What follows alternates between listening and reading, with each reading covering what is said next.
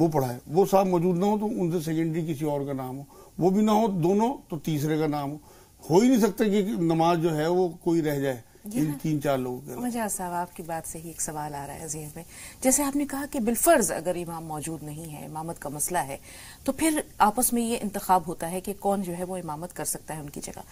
ہم دیکھتے ہیں کہ مؤذن ان کا درجہ, ان کا رتبہ کتنا بلند ہے.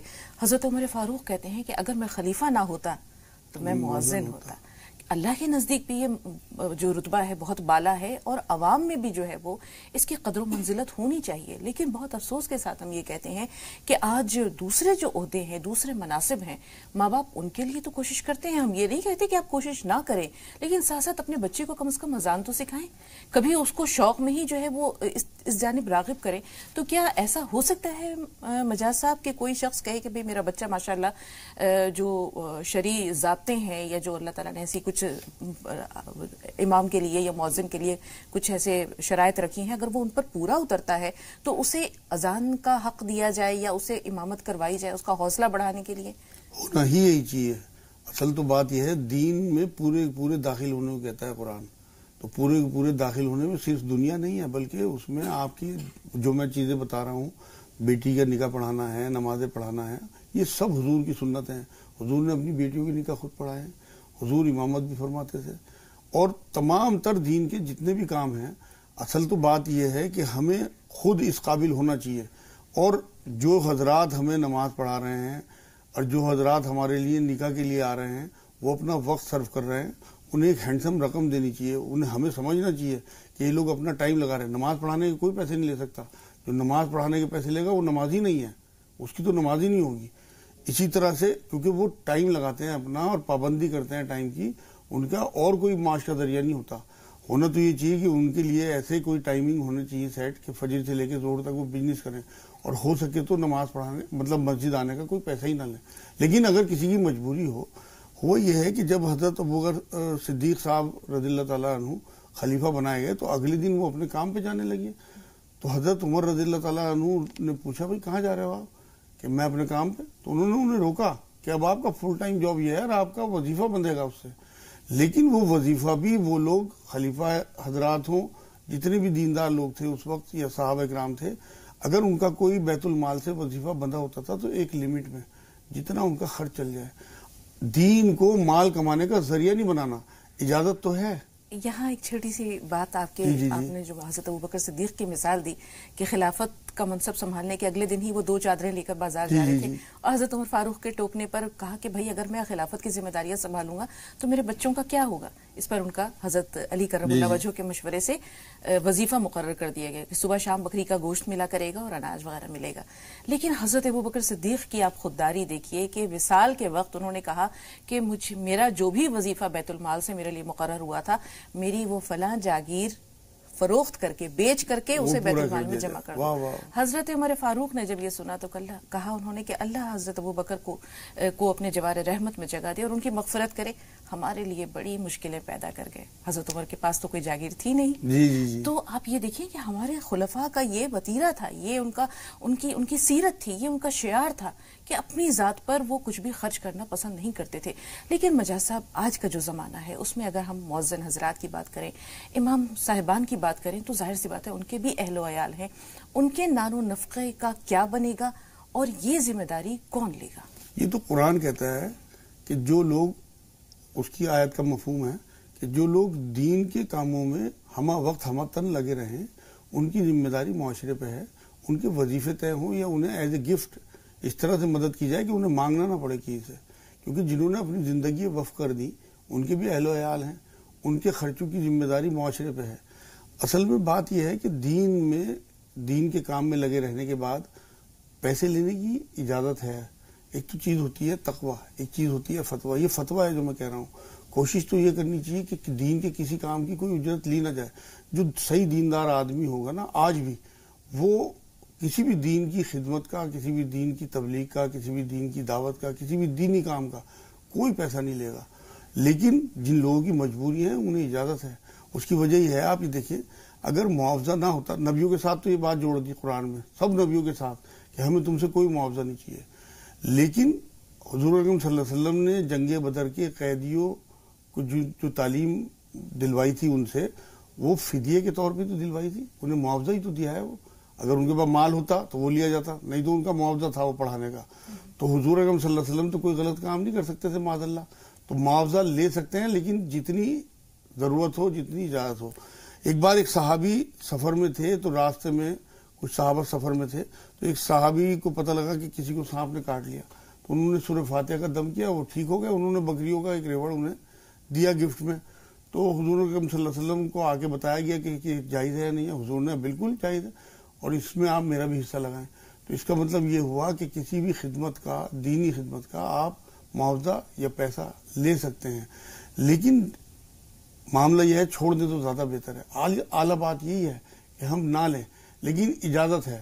یہ انہیں تحفتاً دیا گیا، ان صاحب نے یہ تحفتاً دیا اور انہوں نے وہ قبول بھی کر لیا. اگر وہ معاوضہ لیتے تو پہلے طے کر لیتے کہ میں اس کا یہ معاوضہ لوں گا.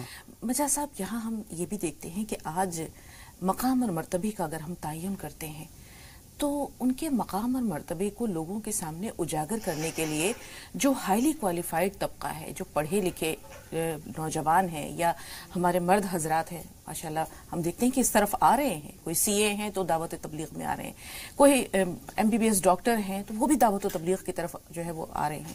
تو یہ جو پڑھا لکھا طبقہ ہے وہ دعوت و تبلیغ چونکہ ہر مسلمان پر ایک طرح سے اس کی دینی ذمہ داری ہے، تو اس چیز کو بھی اجاگر کرنے کے لیے اور یہ جو مولوی حضرات ہیں ان سب کے مقام اور مرتبے کو مزید نمایاں کرنے کے لیے ان پڑھے لکھے لوگوں کا صاحب منبر و محراب بننا کتنا ضروری ہے؟ اصل میں بات یہ ہے کہ اس ٹائم ضرورت اسی بات کی ہے کہ پڑھے لکھے اور براڈ مائنڈڈ لوگ جو ہیں وہ بھی ممبروں کو سنبھالیں. جو لوگ سنبھال رہے ہیں وہ بھی، اور ساتھ میں یہ لوگ بھی، جس سے کہ لوگوں کا ذہن کھلے. ایک جو پڑھا لکھا آدمی ہوگا جب وہ قرآن میں غور و فکر کرے گا تو وہ چیزیں نکالے گا قرآن سے اور وہ بانٹے گا معاشرے میں کہ لوگوں کی زندگیاں بدلیں گی. آج وہ جو آپ نے شروع میں بات کہی ہے کہ دو طبقے ہو گئے، ایک بہت پڑھا لکھا طبقہ جو دین سے بے انتہا دور ہو گیا، ایک بہت دیندار طبقہ جو دنیا کو غلط سمجھنے لگا. یہ مجموعہ ہے ہماری لائف دونوں چیزوں کا. اس لیے تعلیم کو بھی فرق نہیں کیا جا سکتا اور لائف کو بھی. یہ دنیا ہمیں دی گئی ہے ہمارا دین بنانے کے لیے، یہ دنیا ہمیں دی گئی ہے ہماری آخرت بنانے کے لیے. اگر حضور اکرم صلی اللہ علیہ وسلم دنیا سے کٹ کے صرف اور صرف عبادات کیا کرتے تو ہم بھی کر لیتے. حضور نے شادیاں بھی کی ہیں، حضور نے بچے بھی پالے ہیں، حضور نے تفریح بھی کی ہیں. تو یہ پورا مجموعہ ہے ہمارے سامنے. اگر حضور کی زندگی ہوگی نا، ایسا ہے کہ ہم تو اصل میں دین کو یہ سمجھتے ہیں بڑی سختی کی چیز ہے.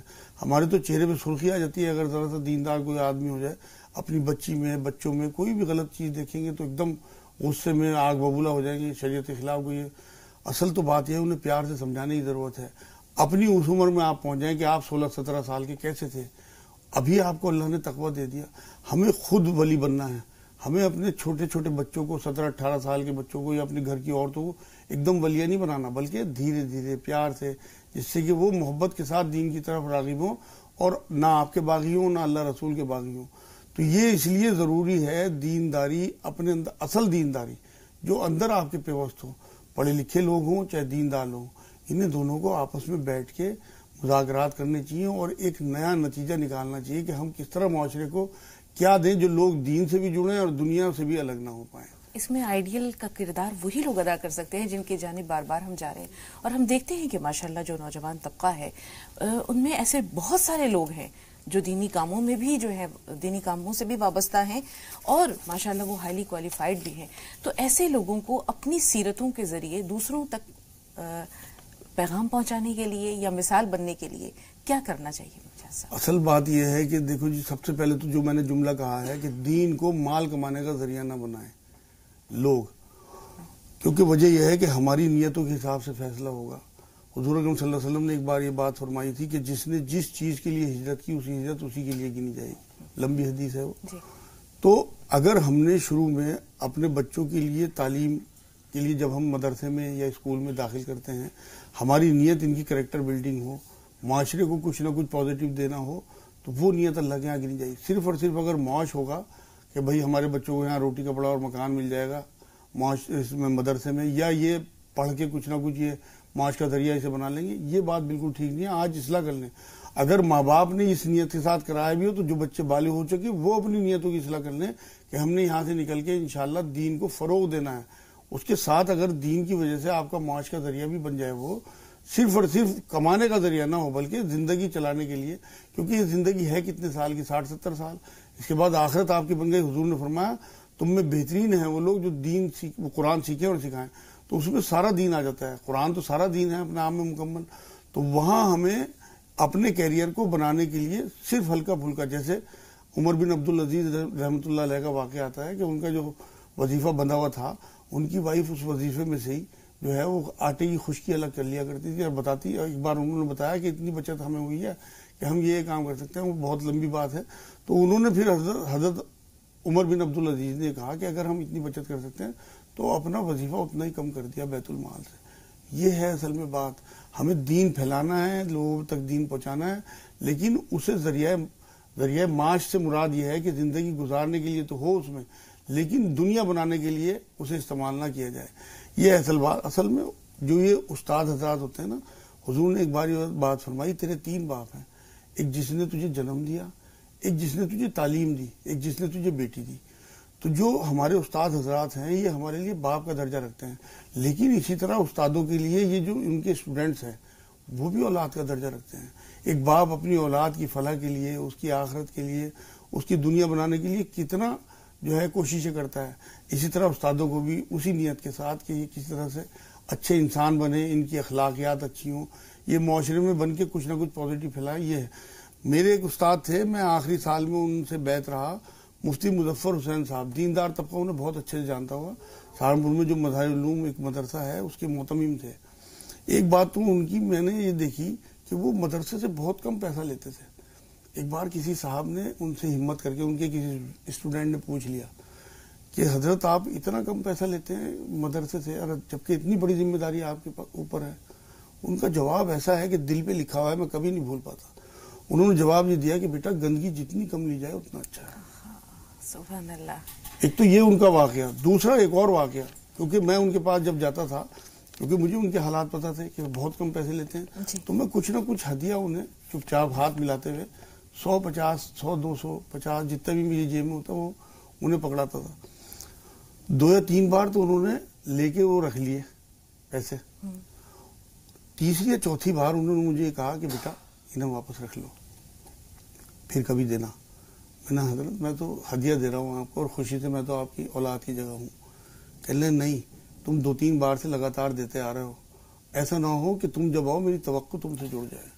سبحان اللہ۔ میرے تو آج ابھی سناتے ہوئے بھی آپ یقین کریں میرے رونگٹے کھڑے ہو رہے ہیں۔ یہ تقویٰ تھا، اسی دور کی بات بتا رہا ہوں، ابھی 5-7 سال پہلے ان کی ڈیتھ ہوئی ہے۔ تو یہ لوگ ابھی بھی موجود ہیں ایسے جو خلیفہ راشدین یا حضور صلی اللہ علیہ وسلم کی سنتوں پہ چلتے ہیں۔ بالکل ایسی مثالیں قدم قدم پر۔ بنیادی بات یہ ہے مجاز صاحب کہ ہم ان سے سیکھیں، سبق حاصل کریں اور اپنی زندگی میں ان چیزوں کو نافذ کریں۔ دل پہ لکھی جاتی ہیں یہ باتیں، ان کی یہ میں کبھی زندگی میں بھول نہیں سکتا۔